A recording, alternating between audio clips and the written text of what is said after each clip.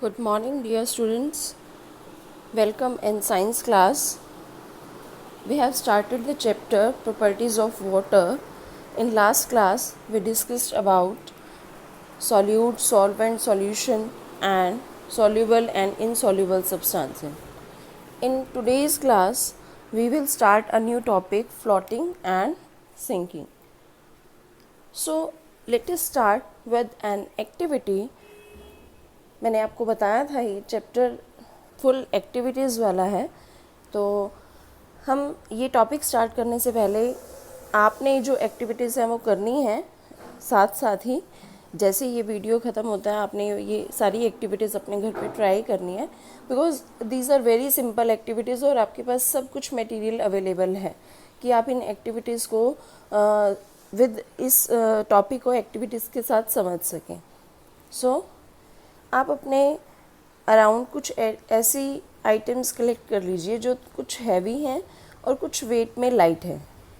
जैसे कुछ टॉयज़ की फॉर्म में है, लेमन ले लिया, कॉइन्स ले लिए, थर्माकोल बॉल्स ले लो, पिन ले लो, टॉय कार ले लो। इस टाइप के कुछ मटेरियल्स, या फिर जैसे ग्रास का एक तिनका होता है, स्ट्रो है, कुछ भी इस टाइप के आप मटेरियल्स कलेक्ट कर लीजिए।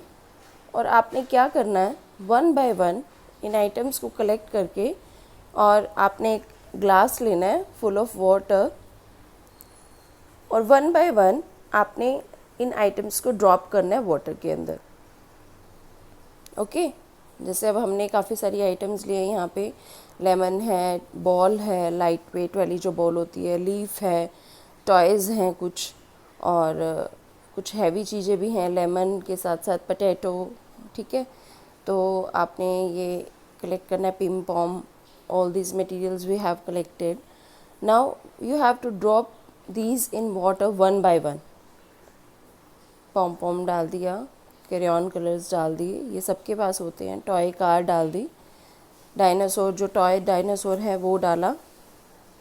तो आपके पास क्या रिज़ल्ट्स आते हैं इस पिक्चर में देखिए, आपने सब कुछ मटेरियल डाल दिए।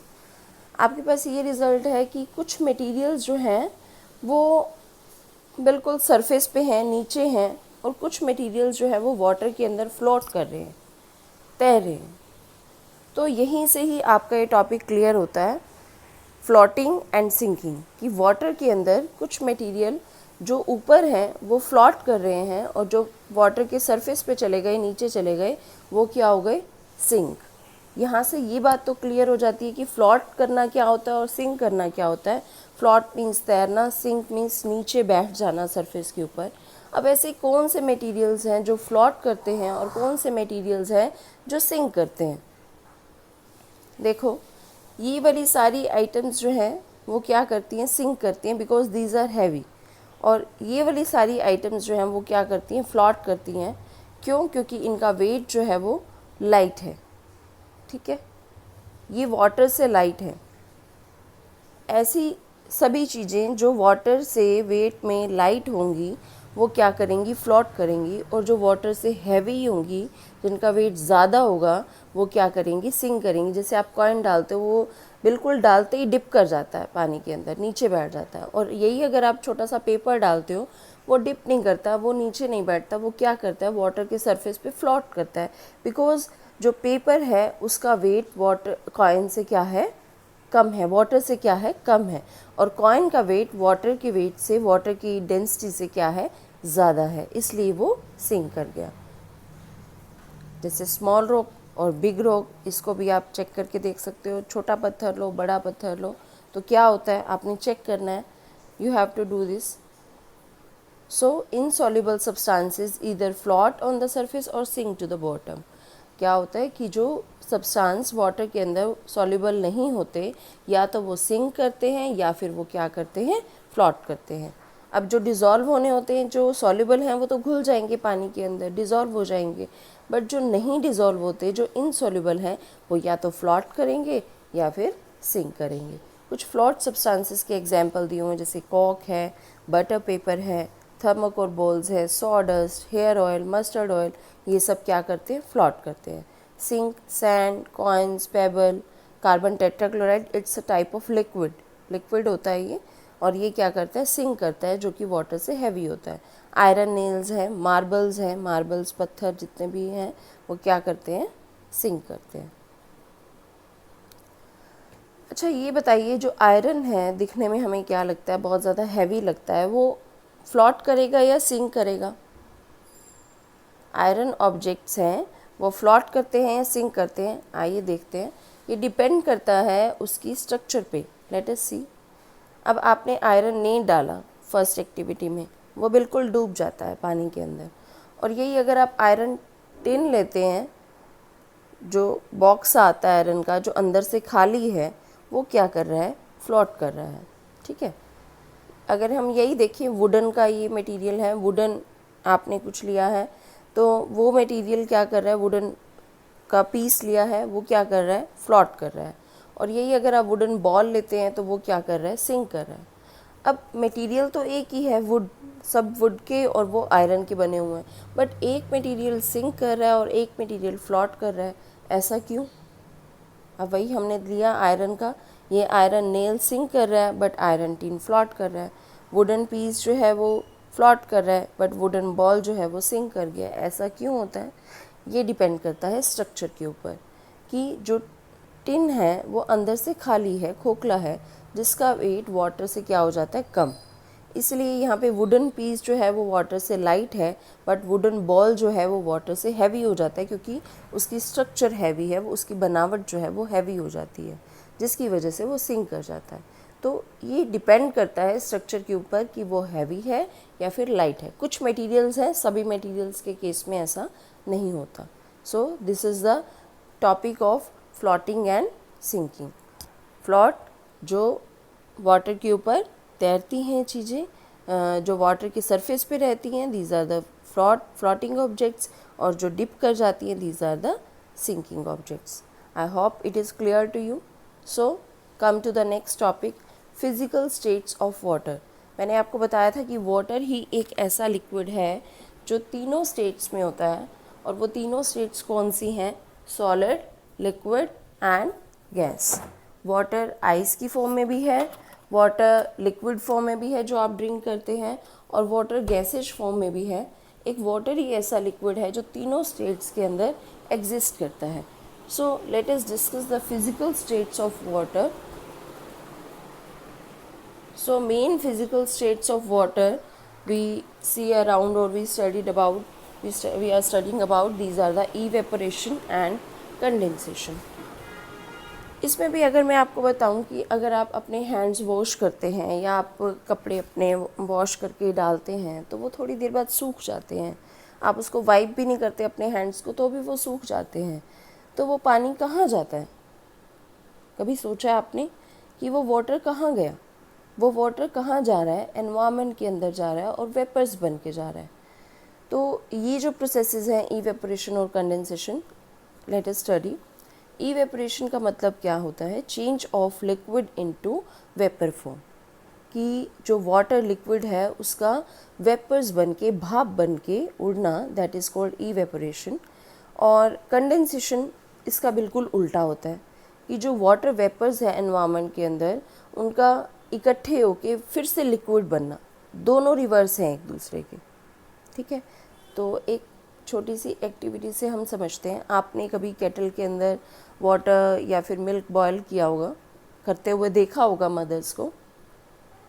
तो क्या होता है कि अगर आप, तो जब भी वो गर्म होता है उसमें से इस टाइप के, जैसे इसमें दिख रहे हैं पिक्चर में, इस टाइप के फ्यूम्स निकलते हैं। ये क्या है? स्टीम।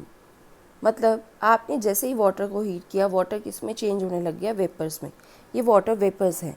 स्टीम की फॉर्म में वाटर राइज करने लग जाता है और धीरे धीरे वाटर की क्वांटिटी भी थोड़ी सी कम होने लग जाती है जैसे वो बॉयल होता है। ठीक है। अगर हम क्या करते हैं, उसको कवर कर देते हैं। जैसे मिल्क बॉयल हो रहा है, मिल्क को आपने साथ साथ हीट हो रहा है और साथ साथ आपने क्या कर दिया, उसको कवर कर दिया प्लेट से। आप थोड़ी देर बाद जैसे ही प्लेट हटाते हैं तो उसके ऊपर वाटर की ड्रॉपलेट्स होती हैं। वो क्या है?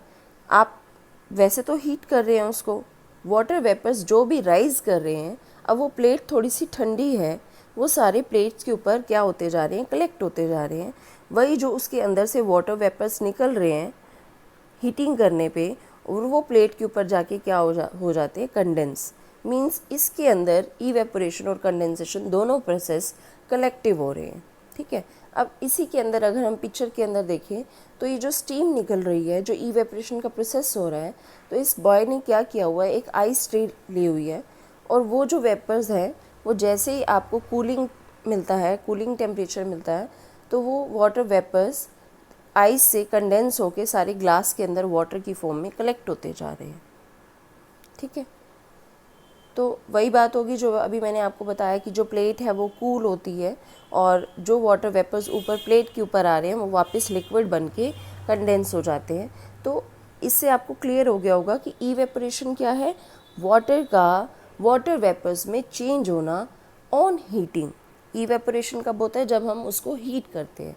और कंडेंसेशन क्या होता है, उन्हीं वाटर वेपर्स का क्या चेंज होना, वापस लिक्विड में on cooling. I think it is clear to you कि जहाँ कूलिंग होगी वाटर वेपर्स क्या होंगे, वहाँ पे आके लिक्विड में फिर से चेंज हो जाएंगे। वही बात है, अगर आप किसी ऑब्जेक्ट को, सॉलिड ऑब्जेक्ट को हीट करते हो तो वो पहले लिक्विड में चेंज होता है और फिर वो गैस में चेंज होता है। आपने डायरेक्टली वाटर को हीट किया तो वो किस में चेंज हो गया, वाटर वेपर्स में। अगर यही आप आइस लेते हो, आइस को थोड़ा सा फ्रीजर से बाहर निकालते हो, रेफ्रिजरेटर से बाहर निकालते हो, तो उसको टेम्परेचर चेंज हो गया, कम टेम्परेचर जो है वो हाई हो गया, वो किस में चेंज होगा, वाटर में। वाटर को अगर आप और हीट करोगे तो वो किस में चेंज होगा, वेपर्स में। ठीक है, और वही वाटर वेपर्स को आप कूल करोगे तो वो किस में चेंज होगा, लिक्विड वाटर में। और लिक्विड वाटर को आप फिर से रेफ्रिजरेट करोगे तो वो किस में चेंज होगा, आइस में। ठीक है, क्या होता है कि अगर आप हीटिंग करते हैं तो स्टेट कैसे चेंज होती है, solid to liquid, liquid to gas. अगर आप कूल करते हैं तो क्या होता है, gas to liquid and liquid to solid. एक और आपने देखा है नॉर्मल डेली कि आप क्या करते हैं, ग्लास आइस वाटर ग्लास के अंदर लेते हैं, तो आप थोड़ी देर बाद ये देखते हो कि ग्लास के बाहर वाटर वेपर्स कलेक्ट हो गए हैं इतने सारे। तो ये क्या है, क्या वो ग्लास से निकल के बाहर आए हैं, नहीं, ऐसा नहीं होता, क्योंकि वाटर बहुत चिल्ड होता है ग्लास के अंदर। तो क्या होता है कि जो भी वाटर वेपर्स बाहर एनवायरनमेंट के अंदर हैं, जो एग्जिस्ट करते हैं, वो ग्लास के साथ स्टिक हो गए वहाँ पे कलेक्ट हो जाते हैं, और वही वाटर वेपर्स आपको ड्रॉप्स की फॉर्म में उस ग्लास के ऊपर दिखते हैं। ठीक है, और ये कौन सा प्रोसेस हुआ, कंडेंसेशन। कि टेम्परेचर लो मिलते ही वाटर वेपर्स ने क्या किया, वहाँ उस ग्लास के ऊपर स्टिक हो गए, कंडेंस हो गए। सो this is the process of condensation. Hope this is clear to you. Thanks to all of you. Have a good day. Read these topics from the book also. Thank you.